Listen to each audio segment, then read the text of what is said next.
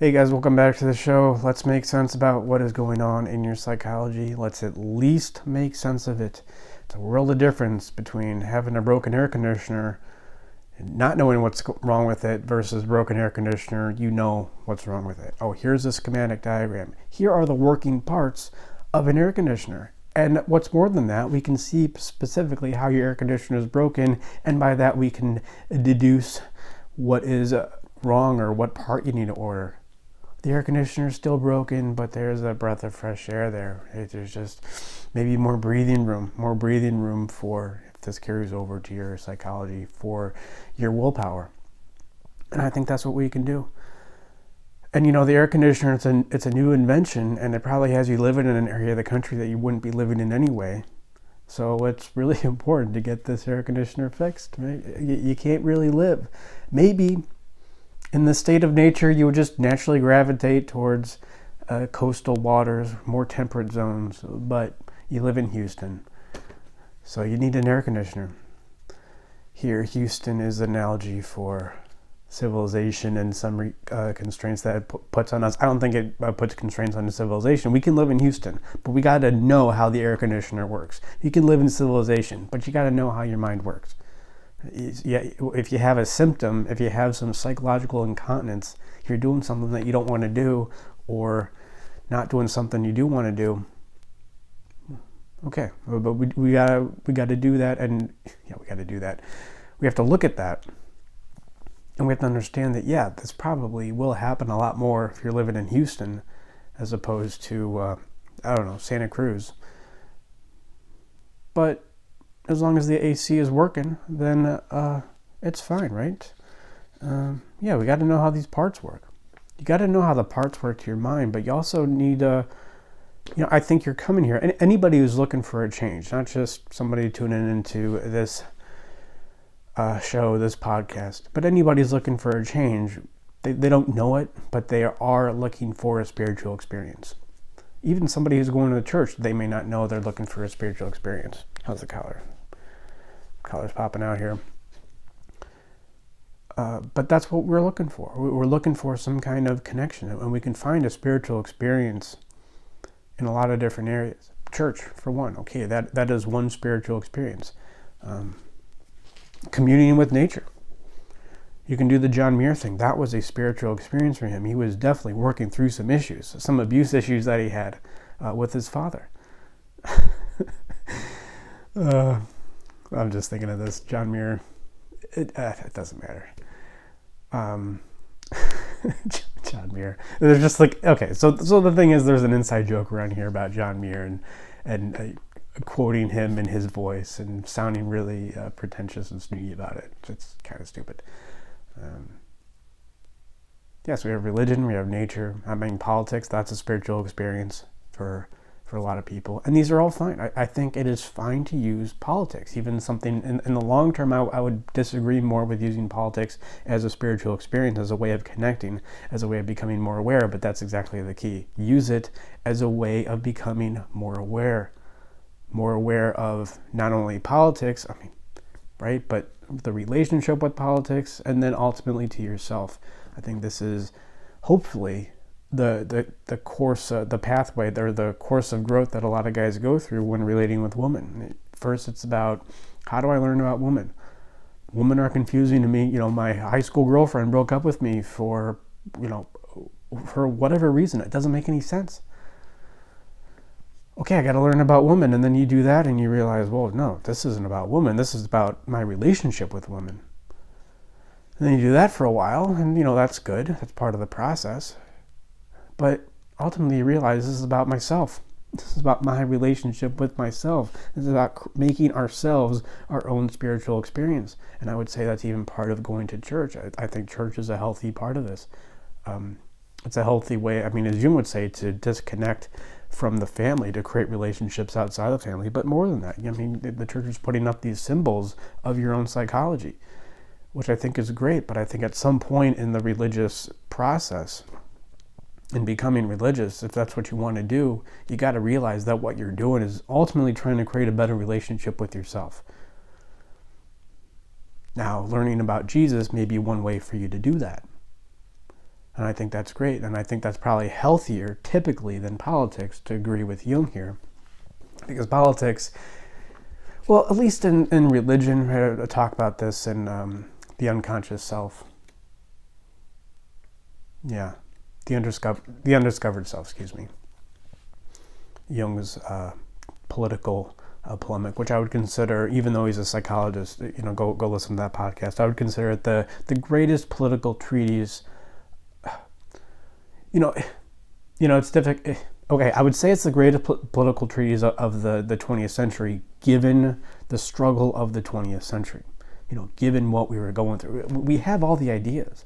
We have all the ideas we need for political freedom and to run a state in a healthy way. But we don't do it. In fact, at a time in our life, the beginning of the 20th century, at a time in the life of civilization, when we had the best ideas about politics and the best instances, or the best, experiences up until that point to show, going in this way politically or this way politically isn't going to work. In the 20th century, we go in both ways, right? Radical left and radical right. So given the context of the 20th century, I do think that the undiscovered self is the greatest political treatise, and what Jung says is ultimately, we're using politics as a replacement for a spiritual experience. We're using it as a replacement, which people make all the time now, and nobody references Jung, which totally doesn't bother me at all, I swear. But we're using this spiritual relationship with politics as a way to, in a sense, distract ourselves from us, which politics makes that easier to do. That's what politicians do. You are not in control of your life. You can't help yourself. You need me to help you. You need me to apply force to this civilization to help you. Now, in order to do that, I need to make you into a victim. Now, I think the left is using victimhood more than the right. That's my opinion. I could be wrong. But the right definitely uses it as well. So yeah, politics is more of a distraction. At least the implication of going to church is this is about me, which I think is true. Well, it's definitely become more true since the Christian faith has been tempered, let's say, by the Enlightenment. But ultimately, you got to make it about you. Ultimately, the spiritual experience, whether you're doing the John Muir thing, the religion thing, the politics thing, the thing you're looking for is yourself. That is the relationship that you need to make. And you're not going to do that if you don't know how the air conditioner works. You're not going to relate with the air conditioner if you don't know what Freon is, which I guess would be the libido of the air conditioner. If that just seems like this crazy abstract concept that Freud was talking about, and no, it makes no sense. I was talking about this week, the Oedipus complex. Then you're not going to engage. You're just going to turn away from that. And when you turn away from that, it's not like you choose to get involved in politics. It's not like you choose to do the John Muir thing. That is what happens. It is simply what happens. When you do not validate yourself psychologically, you necessarily seek the validation of others. I don't care how smart you are. I don't care how many papers you've written on validation. You got to seek the validation first to inoculate yourself from, I guess we say idiomatically, external approval. I mean, imagine that society. Imagine that society. Whatever the energy that we put into politics, let's say. Imagine if we put all that energy into, hey, let's sound lame. Imagine if we put all that energy into painting our dreams. That would be a completely different society. Oh, but Mark, the election is stolen. If the election is stolen, it wouldn't matter. It wouldn't matter whether the election is stolen, because it wouldn't matter who's president. It would not matter anymore. We have the energy for it. We just have to redirect it in a different way. And I think if you're having issues with your psychology, if you're not doing things that you really want to do, if you're depressed, anxious, isolated, most likely, we'll get to it today. I've been reading 1984, so I have some thoughts on that. We'll get to it. Then, where was I going? Yeah, what you need to do is focus on yourself. Is the thing. And you're going to be more likely to do that when you know what Freon is. Okay. Yeah, so I've been reading 1984, and there's some parts of this book that are, which I'm rereading. I've read it in high school, and there's some parts of this book that are absolutely haunting. I know everybody says, oh, that's Orwellian, it's become, kind of a meme. People are taking their copies of 1984, moving it from the fiction section of their library to the non-fiction section, and that's all funny, but you go read this book, it is absolutely haunting. And I don't think I don't think society is anything where near 1984. I don't know, we may be close, who knows? I don't want to predict these things, but I don't think it's anywhere near 1984, but what is very close to 1984 is graduate school. There's just a few concepts in here, like newspeak, right? Not news speak, like Newsweek, but new speak, like a new language that's developed in 1984. And the guy who's telling our protagonist, Winston, about it, his name is Sim? I actually don't know. I think when I'm reading, I just say it's Simi. Syme. You're freaking British. You got some real names, right? But this is what he says about newspeak, this idea of creating a new language, creating a new language for this new world. Don't you see, the whole aim of newspeak is to narrow the range of thought. In the end, we will make thought crime literally impossible, because there will be no words through which to express it. I disagree with some of the grammar that Orwell uses. There will be no thought crime, because there will be no words through which to express it. You are limiting thought by limiting language. They're coming out with more and more iterations of this dictionary, and there's not more words, like in the OED, there's actually fewer words to limit thought. And I'm thinking this is exactly what goes on in grad school. And you think I'm going to criticize the SJW and all their new words that they use to make it seem like they have a new theory. No, that's fine. You're coming up with new words. You're not banning words. You're just coming up with new words. That's actually not newspeak. What newspeak is, I think, in actuality, is it's a conceptual newspeak. We have ideas in academia that you can't even go near. And it has nothing to do with race. You think I'm going to go there? I'm not. This has to do with the idea of consciousness. You can't even bring it up. It doesn't even fit. There's no square hole for that square peg in a lot of academics' brain. You can't even bring up the idea of consciousness. I have this story of this professor I had at this old grad school, and we had these supervision sessions, I guess you could say. And then there was a guy there, Ruben, who would be in these supervision sessions together. And this professor, he was pretty cool. He's a cool guy. He seemed pretty hip. He had a bunch of kind of out there theories. And so I started to talk about my theory of psychology, which I had at the time, or I was forming, or maybe I was writing the book initially.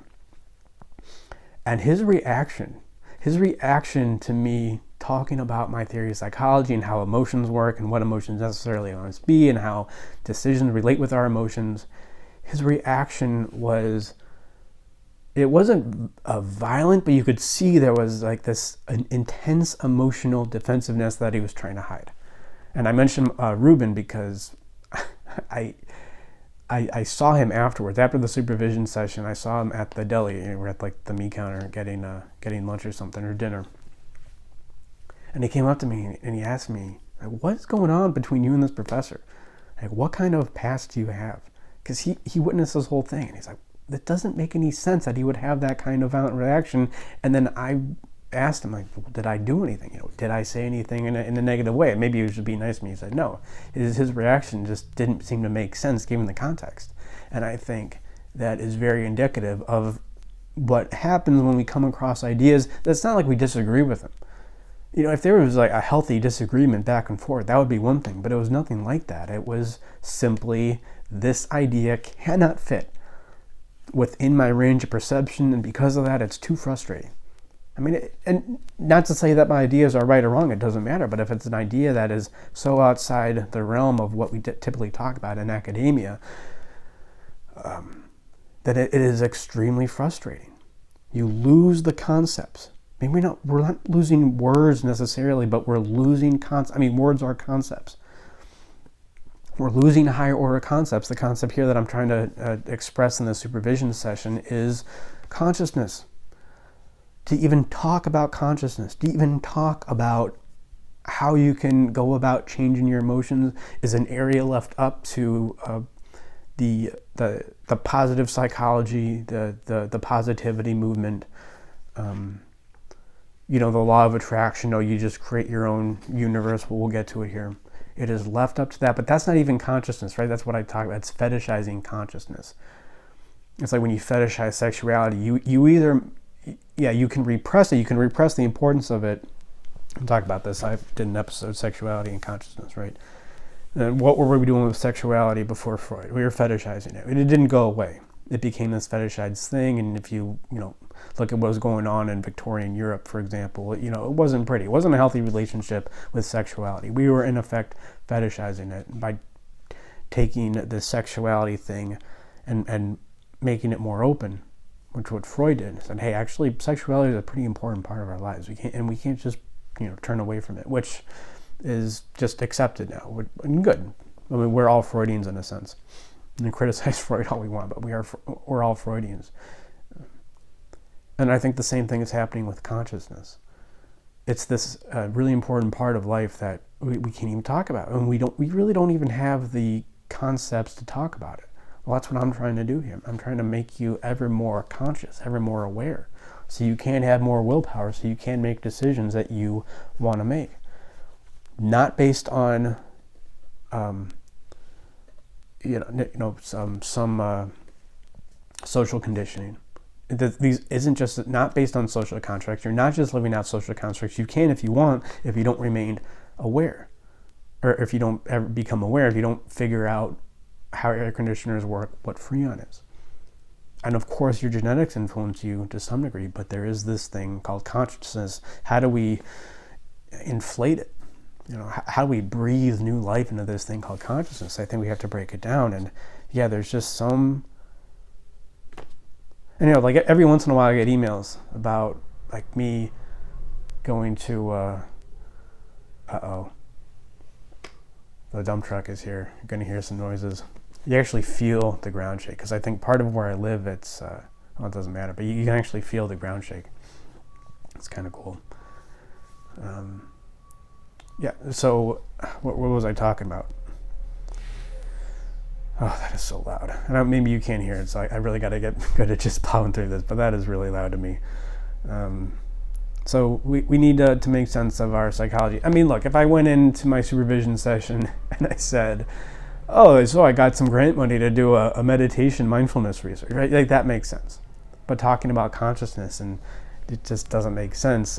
You can't even talk about the things that matter. It's like, why are we stuck in this mental health crisis? Well, psychologists can't even use words, that they can't even deal in concepts that are ultimately going to matter to you.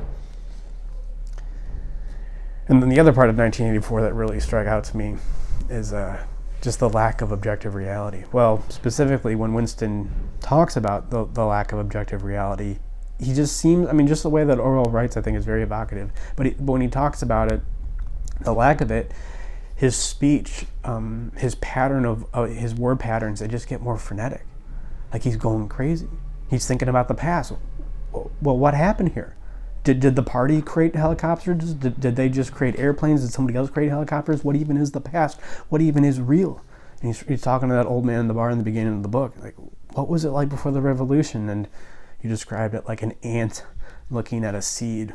It's just like too big. These concepts are too big for this guy to really wrap his mind around and see what it is. And I think that's what makes people go crazy. This is the lack of objective reality, which is what you could argue postmodernism did. I don't know if postmodernism did it in itself, but I think our interpretation of postmodernism, using postmodernism, going too far with it. Postmodernism was this thing that was supposed to deconstruct narratives, which I think is a great epistemological tool. It's a great thing to incorporate for thinking and for understanding the world better. Like, why do we think this way? Why do most people in society think this way? Well, let's deconstruct it from different perspectives. let's get rid of narratives. But then the postmodern, it's not postmodernism, it's the postmodern narrative. Well, now we have a narrative based on postmodernism, this thing that was supposed to get rid of narratives in the first place. We just took it too far. Because there was incentive to do it. And I just think, this is what makes people go crazy.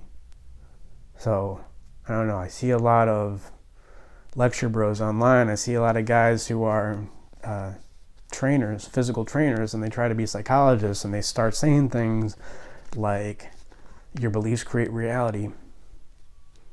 Okay, I get where you're going with that, and I'm not saying your beliefs don't matter and they don't influence you. They do. Well, if we do therapy around here, the beliefs are the end point of your psychological process, not the beginning. If you try to go in and just change the belief, it's not going to work. It's in a sense self-flagellation, psychological self-flagellation. So be careful. Be careful when you say that. Because if we're going to go back to what I was talking about before, the abasement, debasement, I think abasement's the French way of saying it. The debasement of the individual is what leads to tyranny, and we're not talking about political tyranny, we're talking about psychological tyranny. And if you are constructing a philosophy that inherently corrupts your relationship with reality, that is going to feel really good in the short term. And it may get you to do things that may be beneficial to you. I get it. Beliefs matter, right? They definitely do. But careful. Be very careful with that. Put it in its proper context. Otherwise, you are going to go crazy. You are going to lose your attachment with reality, and you're going to lose the ability to regulate emotions. You're going to do the stoicism thing, where you denigrate the power of emotions and how we can use them to connect with reality, other people. And if you have any icky, gross, negative emotions like depression or anxiety, you can put those out of your mind for a while. Suppression, but that becomes repression. And you will start to go crazy. And I get it, I get how our beliefs matter. And who knows to the effect or to the extent that our beliefs really matter. Jung talks about this with synchronicity. Talks about how, our psychical processes can at least line up with our physical reality. A meaningful coincidence. Now, I think Jung goes back and forth. Is that meaningful coincidence objective? Is it really something happening in reality? Or is it simply something happening in psychic reality, which still makes it important, but it totally changes the way we view our relationship with physical reality? Now, Jung goes back and forth on this. I think he doesn't really know exactly. But, one thing he does talk about that I totally agree with is if you do want something like synchronicity to happen, which does happen, I've had moments of it, and they've been, really important experiences for me. But when you do want something like that to happen, it doesn't just happen. It doesn't just happen because you start doing affirmations. Actually, that's probably the worst way to make it happen. The way to make it happen is, effectively, Jung says it's intention. You got to really care. It has to truly matter to you. You have to be in a sense, I think, as AA says, you have to be in a state of desperation. Right? God is a gift of desperation. AA is just a very strange organization. A lot of things philosophically wrong with it. Well, go get issue 2 of the magazine. I talk about it, but I was just thinking about it because I think I'm going to reread Infinite Jest here, starting up a IJ book club, and big part of that is AA. And I think Wallace does a great job of just teasing out the nuance of it. It's nuts, but there must be something here, because where else can you go? I mean, there's other places, but AA is a great place where you can go. It's just like a whole room full of people who have changed, right? Times change, people don't know. People do change. And here's a whole group of people. There's a bunch of guys over there, they've all been sober for 30 years. Right? They've all gone through a profound change.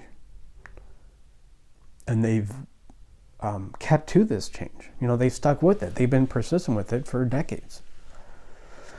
Well, let's see what they say. It might be interesting. it might be interesting to hear what they say. And some of the things they say, like myths. Some of the myths we tell, they don't really make a lot of sense. And they just kind of go the way of the dodo, I guess. They just kind of go extinct because they don't mean that much to us, right? They don't mean that much to our archetypal psychology. But some myths do stay around. Some things that those AA guys, some things they say does stick around. I think there's a lot of truth in God being the gift of desperation. But like I was talking about this week in the Oedipus Complex video of, if you're too busy trying to comfort yourself, if you have too many cushions in your life, then you're not going to feel that. You're not going to feel that connection with reality through which some kind of synchronistic event will be much more likely to happen.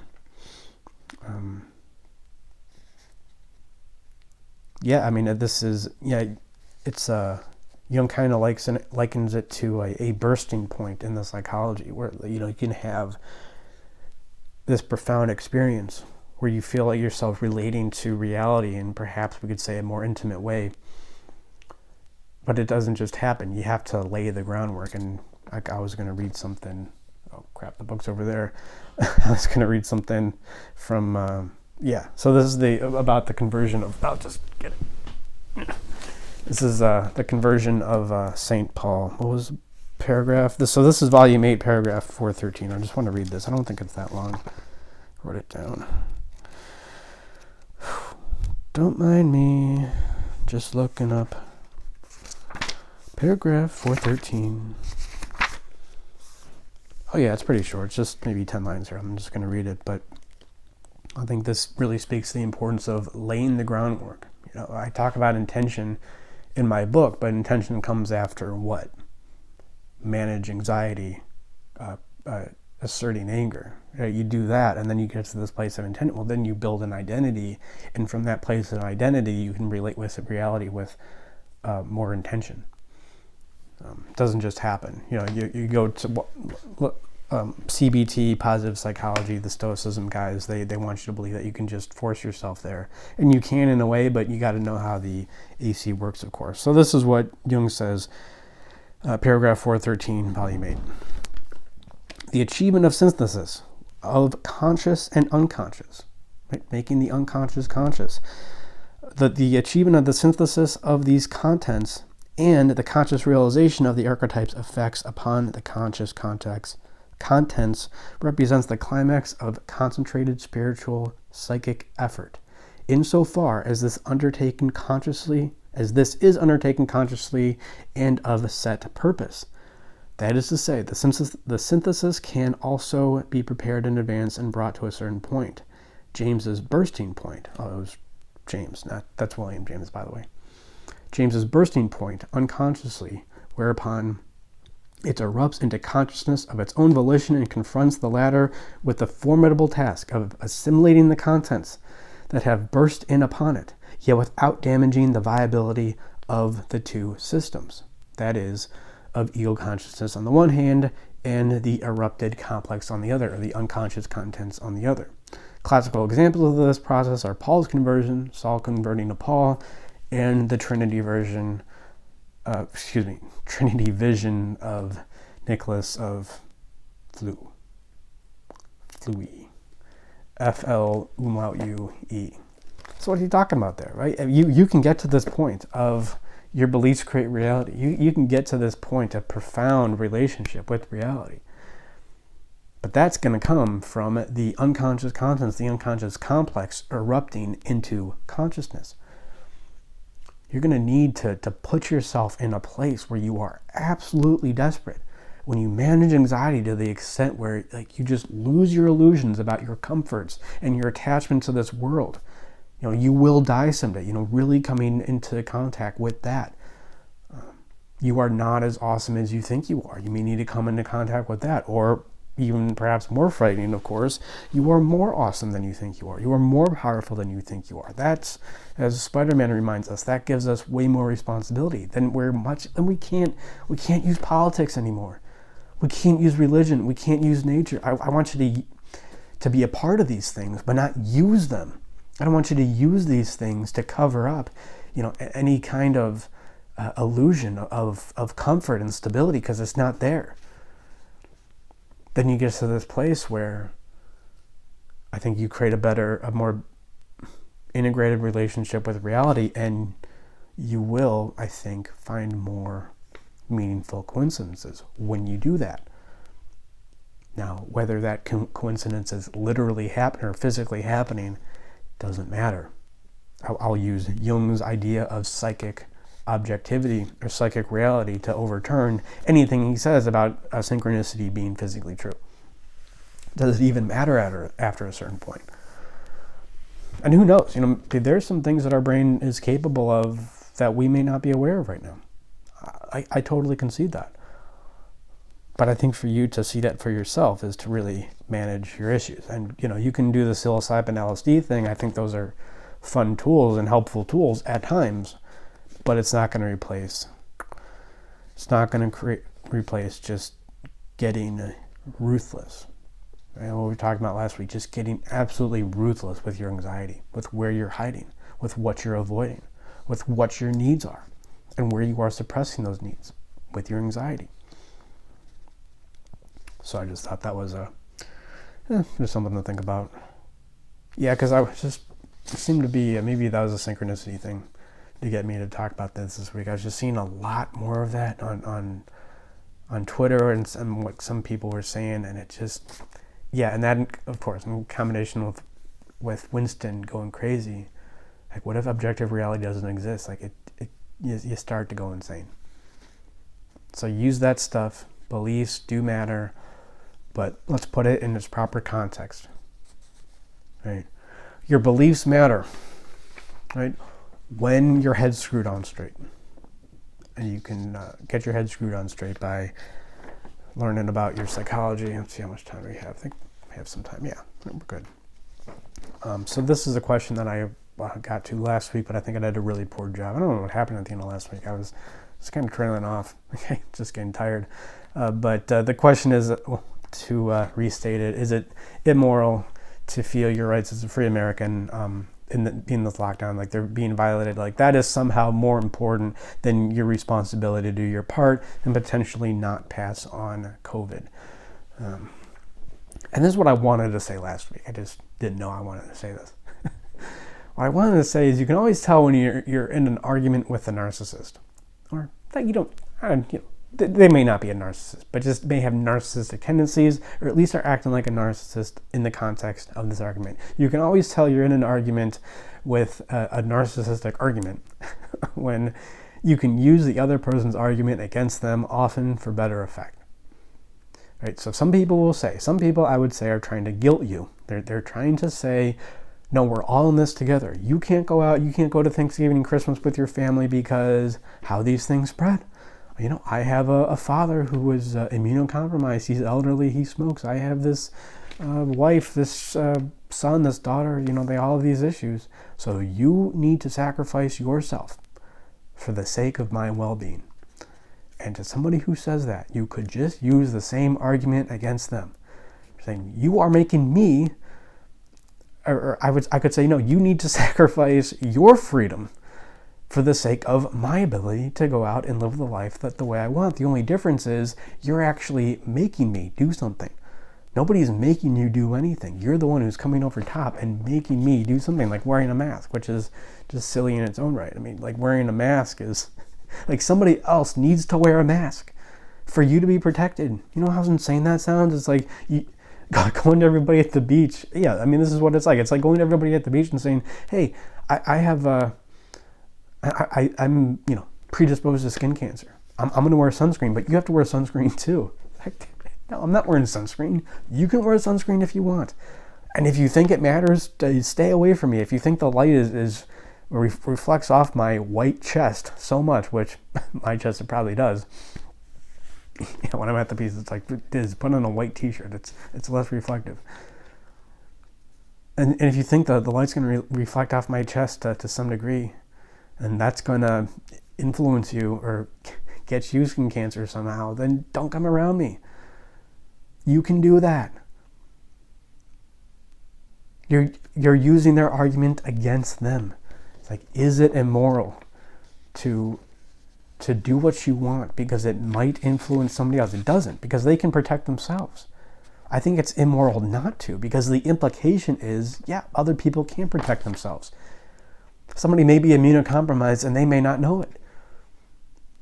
And so I need to change what I do, right? I need to shut down. We need to shut down schools. We need to shut down 10-year-olds going to school, which, you look at I think a part of this hysteria, I'll get to the main reason, it's anxiety, big surprise, but I think part of it is just people don't know what statistics are. They don't know how to use it, they don't know how to interpret it. So they just look at maybe any percentage of death, and there are cases of kids dying. Maybe of COVID, we don't really know. You read in a lot of these cases and you find out, wait a minute, there's a lot of other conditions here. Was it really COVID?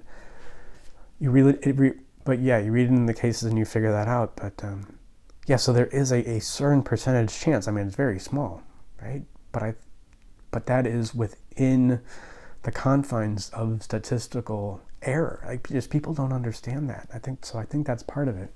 But there is a certain segment of the population. Good. Quarantine yourself. If you think that you may be immunocompromised, or if you just don't like getting the flu, then quarantine yourself, but to ask everybody to quarantine. You understand? You understand how that argument can just be used against them? And I just want to make this clear. So if anybody says this to you, say it. You need to start talking to people like this. Got to start saying, I could use that same argument against you. That's a good argument. Thank you. I could use the same thing against you, actually to better effect, because the factor here is you're making me do something. I'm not making you do anything. Does my freedom come up and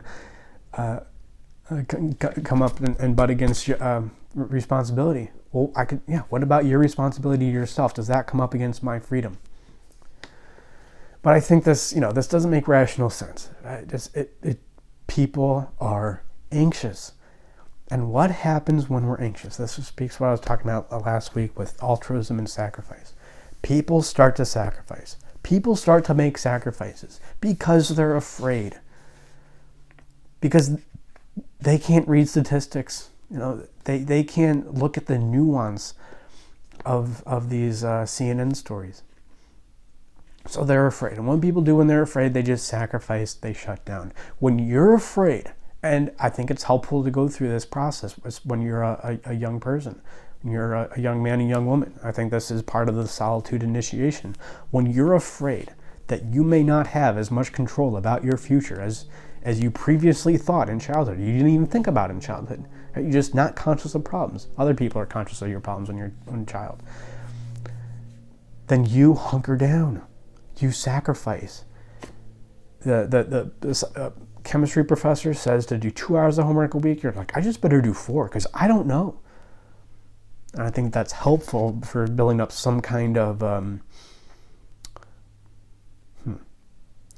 way of expressing libido in a healthy way. You're demarcating what's going to be good for you, what's going to be unhealthy for you, what's going to be a waste of your time, and this makes for more effective libido expression when you're older.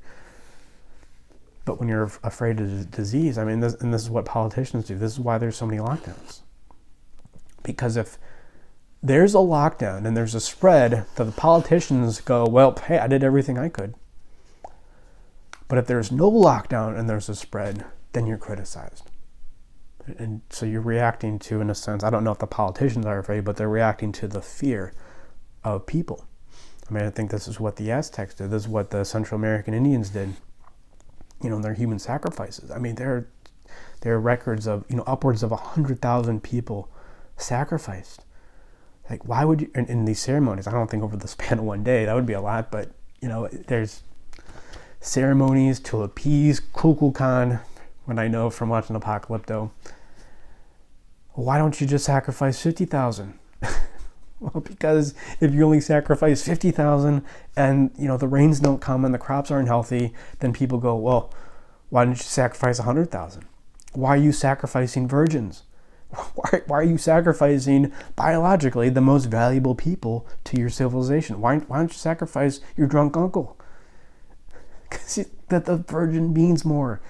Because if you just sacrifice the drunk uncle and the rains don't come and the crops don't grow and people starve, then people would say, why didn't you sacrifice a virgin? It is anxiety that are making people just, really, it's just covering your butt. And that's what people want you to do. They want you to play in to their perception of anxiety, or to their perception of how the world is. And if you don't, when you're out not wearing a mask, then I think ultimately what you're doing is, I do think it means something social now when you're not wearing a mask. I do mean something that sounds like, well, you voted Republican, which around here is, not the best way to be perceived. I do think that's part of it, but yeah, let's just sacrifice and we can deal with it.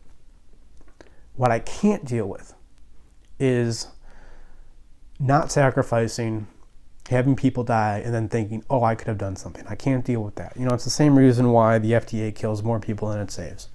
Because there's no incentive for an FDA bureaucrat to pass a drug perhaps prematurely and let people decide. Because a drug gets pushed through and there are going to be deleterious effects. But that's something for each individual to make for themselves, talking with their doctor, talking with their pharmacist. That's why we have these people. But if a drug gets through and 10 moms die, let's say, but it was a drug that they took and they knew the risk, you just see that 10 moms died because you pushed this thing through, we're going to change you. That causes a lot of panic, a lot of fear. We're going to change you out with somebody who will just say no. We'll just be more likely to say no. And this kind of job selects for somebody who's going to have more anxiety, who's going to be covering their butt. Yeah, there was this, scandal. Barely a scandal. It's all over now. But there's this, celebrity doctor, Dr. Michael. And he was telling everybody to wear masks, and then he was seen at some party in the south of France, and he doesn't have a mask on. He's running up by all these people, taking selfies with all these people, no mask. It's yeah, he is trying to cover his butt. He is saying the safest thing. Because if he says to not wear a mask, whatever, don't worry about it. You can wear a mask if you want. There is some evidence. I do think there's some evidence for wearing masks to protect yourself. It doesn't mean every freaking person needs to wear a mask. You see these masks on 3-year-olds. It's unbelievable. Yeah, it's unbelievable. No. Am I sacrificing my... You're asking me to sacrifice my freedom. But, again, yeah, that's the argument that you're using against me. You say I need to sacrifice my freedom. I say, you're sacrificing my freedom. It goes both ways. It's just, I don't know. Because we're anxious. The Aztecs sacrificed 100,000 people. Maybe you're thinking of the Mayans. They sacrificed all these people because they didn't understand how the world worked. They didn't understand how the cosmos work. We know what really caused the rains, what really caused crops to grow. So they were afraid. And without this knowledge, with this fear, you will do some horrible things. People will gladly sacrifice freedom for temporary safety, and we don't even have any good proof that it even is that safe in the first place. So this is just something to be aware of, right? You will sacrifice yourself. You will sacrifice your life. The Aztecs didn't know how the cosmos worked. If you don't know how your inner cosmos works, right? How your psychology works, then you will end up sacrificing a lot more. And life will just be way more difficult than it needs to be. We got to go in, figure out how the AC works. That's what we can do here. Thank you guys for listening. Oh yeah, we do free consultations. animusempire.com/schedule. Tell a friend. You don't have to tell a friend. At least just talk to a friend. Go out and talk with a friend. You can wear a mask if you want, or if you don't want to wear a mask, that's fine too. If you think you may have been in contact with COVID, don't go talk with your 75-year-old grandfather who smokes. Quarantine him. I would recommend that you do that. But other than that, you don't have to tell people about this show, but just go talk to people about what we talk about here. I think that matters way more than anything else. All right, thank you guys. I'll leave it there. And I wish you all the pain and joy that comes from even recognizing that objective reality exists.